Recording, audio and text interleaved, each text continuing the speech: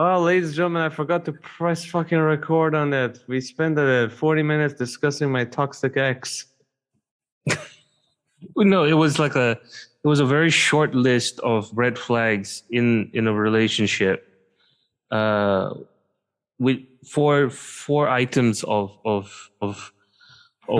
very problematic behavior in a relationship that probably took an hour to expound upon because, oh boy, your former partner was a doozy.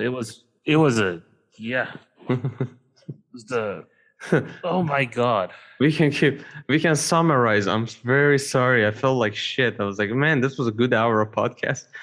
All I'm saying is, in short, if she had a favorite drink, it'd be Kool-Aid. That's all I'm saying. I did drink the Kool-Aid. Oh man, I drank the Kool-Aid big time. You were taking little sips at a time to build up resistance, is what you were doing. Just hoping to God, I hope the dosage today is right so I don't die. Exactly. Try to build an immunity to cyanide. Yeah. Okay. Exactly. That's what I was trying to do. It's just a toxic relationship. Let's see if we can go through it quick. So, a toxic relationship with what kind of individual we're talking about? A German with an SS background. A legit SS background in the family. Her granddad was an SS member. Yeah. Yeah, and who snorted meth when she was young. She did, not the SS. Well, actually, consider SS did created meth. Yeah. Like the Japanese created methamphetamines, and the Germans were like, "Oh, the smart yellow people have created the fun powder." You mentioned she did the meth at 15, and I'm like, well, this is heritage. I'm not going to lie. Yeah, it runs in the family. Heritage. It legit I mean, if everybody in the family is doing meth, everybody's running. Let's be real. Pretty much. Fucking there's nothing. You just feel like running. I just feel like going out for a run. Yeah. Everybody runs in this fucking meth family. Come on now. Exactly. From Jewish Nazi hunters, from the East Germans, from I don't know, your demons. Everybody's running because you're on meth. It's great. It's fantastic. It gives you energy. It makes It's very cool and good. It's very cool and good. Exactly. It gives you courage. And so a girlfriend who snorted meth and was a grandfather was a Nazi, who hated Jews but loved black people. Like loved black people to a level of cringe, I may say so. Because it's like she was an apologetic white person. Yeah, she liked them as a concept. She liked the idea of black people. Oh yeah. You know? She loved the idea of black people. Whenever she would see a black person, she would like have that like a big smile with a perfect row of white teeth. Like even like she doesn't know the person, mind you. It's just like, oh my god, like you're black. You're black, aren't you? It's like kind of like for me, like I don't see. I'm not gonna say I don't see color. I'm just saying it's like I talk the same way with you as I would talk with anybody else. I'm not gonna go like, hey you nationality, hey you race. I'm not gonna have that. Yeah. Unless you're white. I have a contempt for white people, so I'm saying like, oh, you white cocksucker. It's very broad. Like if you're American, I'm like, oh, okay, what Yankee crazy version of American you are.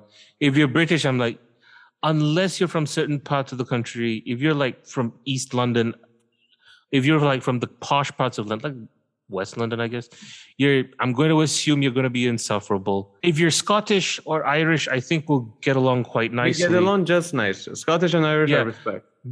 Because we both hate the English. Exactly. Scottish people and Irish people, come down. We've got whiskey and potatoes. You'll love it. Exactly. Because we like three things in common. You know, we like potatoes and alcohol and mutton. We have that. God, you pretty much summed up all the whiteness around the world for me. And then I have a soft spot for Canadians. I don't know, like because I grew up with my dad. No. Pull back. Fuck Canadians. Fuck them when they're a booch. No, wait. They don't talk like that. Okay. A booch. Look. I am French, but I am white, but I am Canadian. No, not a Quebecois. No, barely anyone like the Quebecois. Fuck all of them with their pretentious usage of O and U and their booch. No. Wait. Hang on. First of all, every single funny person in SNL in the 80s was Canadian. Dan Aykroyd and Jim Carrey and all those people. Norm Macdonald. And, right? So you can tell. So thank the Canadians for comedy, right? Mike Myers and what these people. Yeah, being so polite is really suppressive for your conscience. It's weird. So what else was there about my girlfriend? The apologetic, controlling, want to be controlling. You mentioned the cream pies. Oh yeah, first one. Demanded me to not use condoms. Yes. A demand which I did not oblige to. Yes, no. Fuck because no. Cream pies are haram. He demanded cream pies because cream pies are haram. No, you have to understand that by culture, cream pies are haram. I cannot do it. I'm gonna be the cream to your Wiener Schnitzel. I'm gonna be the cream to your Sachertorte. Come on. I want the garlic sauce in my doner kebab. Why would you deny me the garlic sauce? I want to put my Wiener Schnitzel in your hoo-ha. I put your Wiener Schnitzel in my Sachertorte. I want some mayo. Come on, I swear. It is not Auschwitz, for God's sake. Put it in. Put your Wolfgang Puck in my... Can't even finish the sentence. I want to get Wolfgang Pucked. Put your Wolfgang Puck inside me. Come on. Put your sausage. Sausage. Put your Aryan sausage inside me. Let's make a super race right now. Yeah, and I did mention that because the etymology of Iran is Aryan. Yeah. She there was a part of her DNA that was still just a little bit Einzelgruppe, and thought, Well, Iran and Germany had a very good relationship during World War II. So. I mean, it's not great. So, but then it's very funny because Iran, despite being thought of as being this like this outcast country, now had this really vibrant relationship with a bunch of European countries. Like you mentioned, the reason why Poland, Germany are two of them. Germany. You came to my house once and you brought a salad, right? A potato salad, and I ate it, and my brain immediately time traveled back to this time where we had dinner with my father's like a Russian friend. Mm-hmm. And I asked, "Is this a Russian potato salad?" And you were like, "Yeah, no, we're heavily influenced by Russia as well." And I was like, okay, so a lot of your friends were the most inbred of whites. Pretty much. Yeah. And here's the thing. Iran essentially means the land of the Aryans. Yes. That's so the name. A German would have looked, yeah. So a German girl who did math at 15 would look at you and go, this is, my cream pie will last for 1,000 years. Excellent. Fantastic. We will give rise. You will become... Your seed will give rise to the vessel that soul of Hitler will grow inside. Going around people. My dick was a cameo in Hellboy. Respect. She has an IUD, and she kept telling me I have an IUD, which is essentially a cross in my pussy. It's great to give. Open the hell gates. It opens the hell gates. I shall give birth to the Antichrist. It'll be fine. You'll be fine. I like it. Don't mind the dagger don't mind the SS dagger underneath the pillow. I want to be on top tonight. Yeah. Put your Oberführer into my wolf's den. I'm dying. I must have bitten down on a capsule in my cyanide capsule in my teeth because I'm dying. Schadenfreude, your cock in my gas chamber. Come on. This is all very amusing, but we're talking about abusive relationships. An abusive relationship where she believed condoms are Auschwitz to the cock. Why are you You need to release your cock from Auschwitz. It's an Aryan cock. You're not Jewish, are you? Yeah. Give mercy to your sperm instead of their Dakar. Put it in the pussy. Put it in the pussy. I do a handstand. Make sure I won't miss it. Drop. Oh my. We're trying to have a very serious discussion about abusive relationships. An abusive relationship with a fucking psycho, man. Right. Which bless her heart, to be honest with you, she gave me a great story. If you told me the German cream pie joke, I'm like, Well, what has 12 layers of crazy and likes to be creamed on? Not Sacher Torte, me. I'm a human Sacher Torte. I have 12 layers of insanity. Yes. And I like to be calmed down.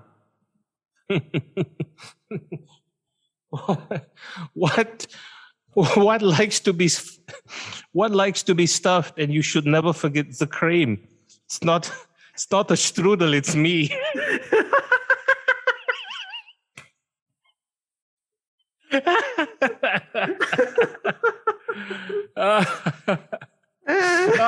We're going straight to hell.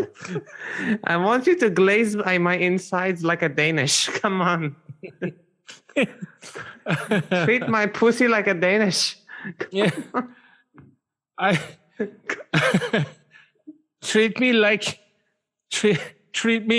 your glazed donut.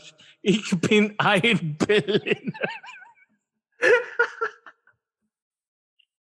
I am a donut.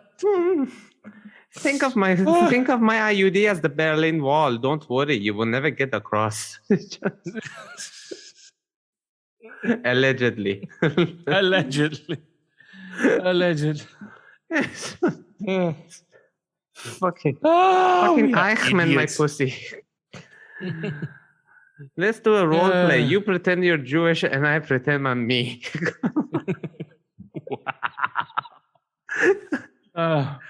Oh man. So anyway, an abusive relationship with a crazy bitch.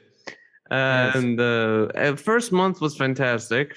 The start of the second month, she was incredibly upset that I wanted to use condoms, continue use condoms, which made me give me more reasons to use condoms. Okay.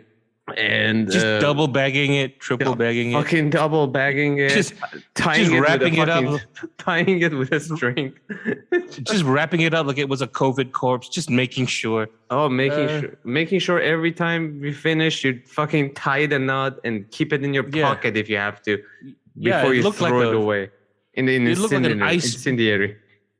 It looked like an ice drink from a Malaysian coffee drop, just really tightly. Just tied real tight on the side with a straw. Exactly. Don't by any means necessary. Like pull a Drake on it, pour some hot sauce on it, into it. Just dip it in some chili sauce. Come on. Dip it in molten iron like the fucking Terminator. Just do it. Just do it. Because in the Terminator they put an Austrian inside molten metal. Now you got to put your dick inside molten metal because it's going in a German. It's very, very similar. The whole Terminator 2 was a fucking metaphor for my relationship. There you go. Sarah Connor and your ex-girlfriend was the future. That's what was happening. She wasn't even Skynet. She was the future encapsulated. Yeah. So she thought about that and then was trying to separate my friends from me. She was asking me to telling me my friends and family away from me, which is another Amber Heard trick. Is she wanted me to spend even more time with her. It was like, okay, I think your brother is a bad influence on you. And what are we going to do with your mother when we get married and when we move in together or shit like that? And I'm like, okay, Jesus, it's been already 2 weeks into a relationship. You're pulling shit on me. Again, we're going to separate you we're going to separate you from your family. Is your just mother like we did in the old days? Just like the old days. We Germans love separations, We just like to separate stuff. Separate people, separate. What are we going to do with your mother? I'm like, I don't know, Herr Himmel. What are we going to do with her? Is she a Jew? Is she a Jew? No. I don't think she's a Jew. No, do you have proof? Let me measure her hair and her forehead ratio. Yes. Is her hair curly? Yes. Yes. Do you like locks?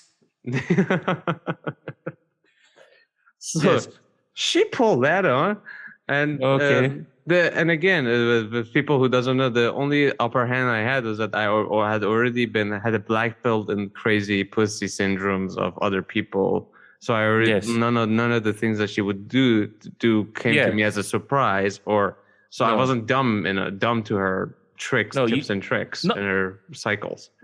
Remember, kids, not the whole black peel, just a little bit at the time. Just a little bit at the time to build the immunity. That's how you use it. You just take a bit of poison every day, small dosages, and you build up immunity to it. Simple. Yes. And then when you creep by somebody, they die instead. Then your sperm becomes toxic. Yes. Your sperm becomes Cyclone C. It's just Cyclone just like Spider-Man. C stands for cum. Something that she really liked. Oh my god! I have to stop. I have to stop. And then she fucking it was like, fuck Cyclone B. We're going to bioweapon this shit. No, she wants your Cyclone D. That's what my Cyclone D. The ultimate weapon. We will take over Israel with your Cyclone D. Put your Cyclone D into my V2. That's what I want. Well, V2 is a very flattering thing to put. It's more like put your Zyklon D into my gas chamber. That's more accurate. Yes. Yes. I mean, for most days, I want you to put it in the V1. V2 is for the holidays. This is for your birthday. To be honest with the V1, it goes never. I would never go to V2. To be honest, even V1 was a bit of a stretch. But if you get me drunk enough, I might consider V2. You know, or as I like to call it, doing the blitzkrieg. This bitch was crazy either way. So she wanted to basically, I'm still sticking with the German accent. she wanted to do that. Another psycho thing, she was an imposing vegan, where she wanted to basically morph me into being a vegan, and she would fight for it. And she would actually start fights that our children in future should be vegans too. Yes. We haven't even got married, and it's not even 2 months in a relationship yet. Yes. And you're starting she would start fights that was one way. She would fight with me and I wouldn't engage into it, which would kind of a Johnny Depp move, I would say. Our master race children can't have meat. They will follow the Führer's diet, okay? Yes, exactly. You know who else wouldn't eat meat? Instead, we do copious amounts of drugs. Again, just like the Führer. We will inject them every day with a bit of vitamin and cocaine. That's what we do. Exactly. Vitamin, caffeine, bull testicle. Because protein is for pussies. Protein is for pussies. Get on the gear now. Get on the cycle. Get on the gear now. Get on the cycle now. Kill the Jews. Come on now. Take off the condom now. Come inside me now. Come inside the chopper. Come inside the chopper. We are idiots. We are idiots. Okay. What other catchphrases can we turn to? Oh my god. Come on my back. Come on my back. Come. On my back. Come on my back if you want to live. Come on my back. That's so bitch. No, come inside me if you want to live. Come inside me if you want to live. Come inside me if you want to live. Yeah, that's more accurate. Yeah. I forgot to mention this. She wanted to. She had a goal to have kids and be married before 30, and she wanted to reach that goal by any means necessary. Right.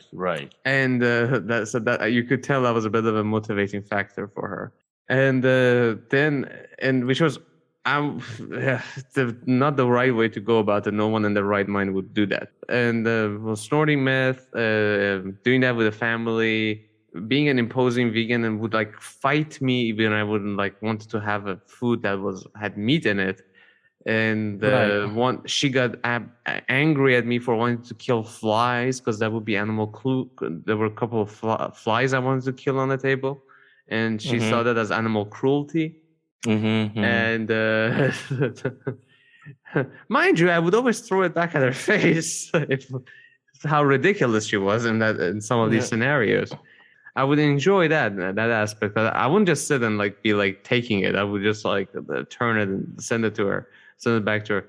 It was. We want a diphtheria. That's what we want. We want typhus and diphtheria. Okay? Yeah, and she was also again like she had this aura of psycho about her, so I knew I couldn't break up with her like on the ground level. I have to like be in the sea or something. I will fight her in the sea. I will fight her in the air, but I will not fight her on the landing ground. I had to pull a Churchill on her ass. Yeah. Yes. Sometimes a cigar is just a cigar. That's what Sigmund Freud said. Yeah, that's true. That is what I said. Sometimes a cigar is just, but sometimes it's a penis. Sometimes, which you can see because I'm naked in my bathtub. What else did she did? What else did I cover? First of all, you're giving me more red flags than China's National Day Parade. Yeah. So I think that's enough. Yeah. Already, when you told me she's going to enforce greetings for the morning and the afternoon, if it doesn't happen, it's going to be a greetings. That would concern me deeply. Yeah. Right. Already, that's she was very regimented. Very regimented, and then imposing the veganism, trying to control your diet, control who I interact with. Control who you interact with. This is like I think we mentioned this is cult 101 sort of behavior, right? This is the only reason she wouldn't change her name to David Koresh is because it sounds too Jewish. I am the taco from the Waco. Yeah. This is classic behavior. Yeah. She had as I said, it's like I forgot to mention, it's like when the trial for Amber Heard was going on, my brother called me up and said, "Hey, this reminds me of your ex-girlfriend." I was like, "Yeah, pretty fucking much." It just takes crazy behavior. Yep. No, it's not great. It's not great. And she's like, and it's what? I mean, it's pretty. And the funny thing is, if you're sort of like a person who wants to experiment in substances for mind expansion, and you like the drink or two, and you happen to be like, you happen to be the kind of person who like wants to experience life, and you're very, very adventurous, this kind of person will take advantage of that very easily. Because as we mentioned before, Johnny Depp's relationships were tumultuous, but none of them were physically abusive. No. And he's basically just, as you said, a gypsy with a lot of money. In his lifestyle is very bohemian. And that kind of person ingratiates themselves into a person with that kind of lifestyle very easily, because number one, they're probably gonna like more or less superficially the same things. And number two, you're constantly too fucked up to say no. Yeah, that's pretty much, I think, what Johnny Depp also got into. Like, I think he got so tired of saying, so he was so tired and fed up, he would just say yes to get on with it. Yeah, and whatever also, you want, just leave me alone. That's basically. And I think if Johnny Depp is constantly drunk, your inhibitions are going to reduce somewhat. So you're just gonna keep going and going and going and going, and one day you wake up, she's like, "But you already said yes to these things," and he's like, "I did what? When? How? I don't. Oh shit. Okay. Well, I guess I'm going along with this, but you don't like it, right? And you're lying to yourself constantly that I'm okay with this, but you're not, and eventually you just erupt." And then she gets upset, and then you get upset, and next thing you know, somebody shits the bed, quite literally. someone quite literally shits a bed, and you're left to fucking clean up after her. And oh no, you're burning those sheets. Are you fucking kidding me? No one's cleaning. Everything's burned to doing. I am napalming that house. I don't give a shit. Fuck it, I'm selling it. It's just I'm trading it like the ending of Outbreak. I don't give a fuck. Dropping a fucking nuke on the city. I don't give a shit. Just fuck that shit. End it. I don't give a shit. Yeah. An interesting thing, like again, a parallel with my ex relationship with me, was that Amber was in a competition with Johnny in a sense. Like she would get jealous at any work opportunity he would get. And Dior wanted to work with Johnny Depp, and she was like, Dior is about class. Why the fuck would they want to work with you? And all that. So my ex would do the same, actually. And Johnny, in a sense, was like in the audio that came out when he like basically the girl after, it's actually the audio of the day his finger got cut off and he was taken to the hospital. You can hear him saying, I've never met anyone who makes me so much fucking sick of myself than you. Oh, see, that's kind of telling. Yeah, the way he like let it out of his chest. It wasn't something like you would say. It wasn't just a simple "fuck you." It was the way he said it. It was a very visceral reaction. Yeah, to Amber being there, and like you can tell, like, well, his finger was cut at the moment, but he could have been like, "You fucking cut my finger off," but no, his reaction was like, "You make me fucking sick of myself." Yeah, it's a very visceral sort of self-indictment to do, because, you know, at some level, if you're in a relationship that's just not good for you, you're gonna eventually blame yourself for all things they do to you, because you kind of wanted it, right? You kind of went along with it, and you kind of liked it. So it's not as if you can complain. Yeah. Exactly. So he's like, I brought this down on myself. And there was a clip of him where Amber Heard on the stand said, Johnny told me you were the biggest mistake of my life. And it is like, because it's like a side panel, Johnny Depp is on the right panel, you can see him. And that was the only time Johnny Depp kind of just like raised his eyebrows and like kind of nods has a reaction to what Amber is saying.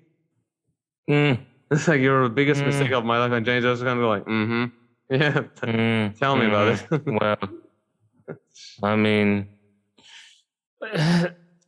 we have mentioned this before about, you know, this relationship was bound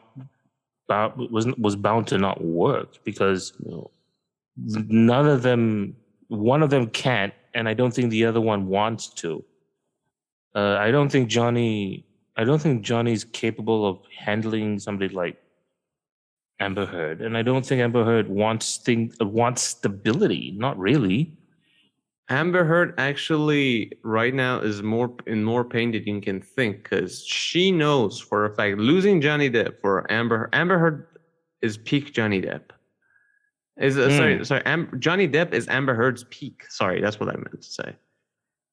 Amber Heard knows, and the way she was talking, because like, there's one thing about fear of abandonment. There's another thing that when the abusive person loses a relationship, that she knows she will not find another one like it.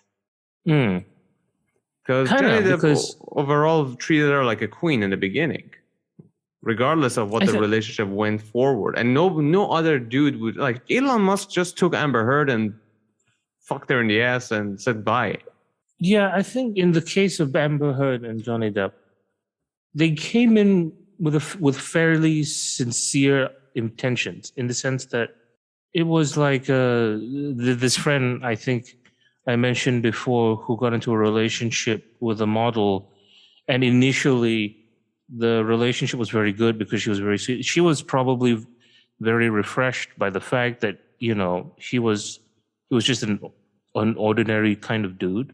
Yeah. You know, and she had gone through a bunch of bad relationships, but, you know, and I think initially they actually genuinely liked each other at first, but, you know. When the crazy comes out, Yeah.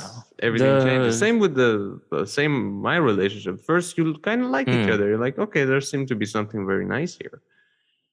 But then immediately the crazy starts piling up, and especially once the relationship seems to be like, in not just my case, every other cases I've seen, is like everything's fine and dandy, but there's something that happens at the second that relationship gets cemented, everything turns on its head into something else. And you're like, couldn't you guys be the same thing you were before the relationship? Like, such nice couple, such good friends, everything is going fine, everything's nice. But then you're starting to realize, again, there's also the argument that maybe it was always there, but you didn't see it. But then they're kind of, either the person is trying to hide them and they do so successfully because they probably had a lot of practice, or the person themselves don't really know that they're fucked up because it only comes out under certain situations. Like you just walk around thinking you're normal because life around you is normal. And the second you get into a relationship that spikes your dopamine and spikes your oxytocin, give you that intimacy, oxycontin. Yeah. And then your brain recognizes thing as a thing that is good, and you have to wants even more. Fuck it up. Yeah, you got to fuck it up because you want more of the high. Yeah, that's pretty much it. Because it's not enough to have a nice, stable relationship. You want more and more and more and more. You know, you use love as a drug, and unfortunately, you're a junkie. So, and it's the same case with Amber Heard and Johnny Depp in this. Yeah. Don't treat love like a narcotic, boys and girls. Yeah, well, Johnny Depp for sure did. He's a bit of a. I mean, I understand people being a romantic. Hell, I'm a romantic myself. But I mean, not to Johnny Depp's degree. It's just that, it's for fuck's sake, come on.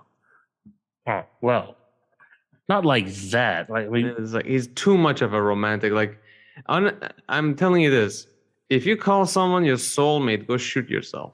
Yeah, no. When they first got married, it's like, oh, she's my soul. Why did you marry her? She's my soulmate. She's my soulmate. Oh, is she? Is she now, Johnny? Johnny! Is she a soulmate still? I'm reminded of this Singaporean comedian called Faka Fuzz, right? And he has a bit about how you shouldn't set your standards too high, especially once you're in your 30s, like I am. And it goes along the lines of, if she's kind of cute and she's kind of smart and she's kind of good, nice, decent, good-hearted, and she's kind of interesting, don't go any further because that's about as good as you're gonna get. Because you might get lucky, or there might be a catch. Yeah, there might be a catch, which there was clearly. Yeah, if it's too good to be true, it probably fucking is. Yeah, don't. Yeah. Well, we'll see what happens with the trial tomorrow. I'll follow it up with that. I think the call is about to end. Yeah, it should be interesting to see how she responds to questioning tomorrow. We're gonna have another 3 weeks of this trial, by the way. 3-4 weeks. Yeah, there's gonna have to be a bunch of witnesses called in to testify. They might call in more because the Kate Moss situation. The Kate Moss situation has already opened up avenues for Depp's party to call in new witnesses. And if the judge allows it, yeah, it'll go on for much longer. I don't know if Johnny will win. This trial is going to cost a lot of money. But here's hoping his reputation will be restored, if only because, that's kind of what he wants to do. And I honestly don't think there's any strictly innocent or strictly guilty parties here. Not really. Not really, but they're both guilty to the point. But in terms of domestic violence, well, it's Amber Heard's. Do you know Fatty Arbuckle? Of course. Yeah, he's a famous case in Hollywood, actually. He was a comedian, director. He became considerably more famous than he should have. There were some people who didn't like him for various reasons, and they spread a rumor that he raped a girl with a champagne bottle. And he's like a short, fat, goofy guy who was actually a pretty successful director in Hollywood. This is back in 40s and 50s. So there is this podcast I used to listen to a lot. I might listen to it again, called My Favorite Murder. And they covered Fatty Arbuckle and the death of the model that he was dating at the time, actress, starlet. And basically, she died of an OD, more or less. I think he woke up next to her, and then and then they couldn't figure out why. And so what happened was his rivals basically constructed a rumor around her death, and Arbuckle got the fall. Then, his career was never the same. Yeah. He was, basically relegated out of Hollywood because of that. And it was very, very sad because, evidence to the contrary came out long after his death. But evidence to the contrary came out even before his death. People... Right, but no one would listen. That's the problem. That's exactly the thing. Same with Johnny Depp. Same with some of the Me Too cases. Somebody would just say something, and maybe years from now, you suddenly would hear, "Oh, actually, this wasn't a Me Too case. It was consensual. The person just was angry." I'm not saying all cases were like that. I'm just saying there were. You bet your ass if something like Amber Heard isn't the only solo case in the Me Too movement that could possibly be lying regarding what happened with her. Yeah, I think it's very important. So this is like a modern fatty Arbuckle. Feels a little bit. Yeah. I mean, it's a bit more involved because there was a lot of reports being filed between 2013 and 2017 against Johnny Depp. But I feel it's this situation where, in the case of mutual animosity, the dude is usually not going to report because that's not how we're trained. Yeah, exactly. Right? The dude is going to keep it to himself and deal with it with himself. Well, that usually doesn't work out well much now, does it? No, of course not. But I think it's important that the takeaway from this is, regardless of your gender, if you are being abused, get help. Even if you think you're being abused, don't gaslight yourself into thinking, "Oh, it's partially my fault, or maybe it's good for me." Nah, just go out. Get help. You have friends. If you have real friends, just talk to them. I mean, I swear to you, they'll just let you know. They'll light you up. If they're real friends, they'll light you up real quick. They'll give you a good reality check. Yeah, tell somebody. Don't neglect your social networks, and at least tell somebody that I'm going through this. I don't know if it's just me. Shit's going south. Please help. Otherwise, there's a moment that you might snap and pull a Will Smith or some even worse cases. Get some help. Get some fucking therapy, or at least reach out to a friend, or leave. There is no shame in leaving the relationship. Trust me, even if you're 50. You see, that's it. So please, there is no honor in staying in a toxic relationship. If you're in a toxic relationship, get the fuck out before you do something you might regret. Before something happens that you regret, regardless of it's you who done it or not, just your life is going by. For God's sake, go out there and enjoy. No matter how good the pussy is, fucking leave and always use a condom. That's how. Oh dear God, yeah. Always use a condom and always pull out, even if you're using a condom. Goodbye. Cream pies are haram. Cream pies are haram, fuckers. Bye-bye. Bye-bye.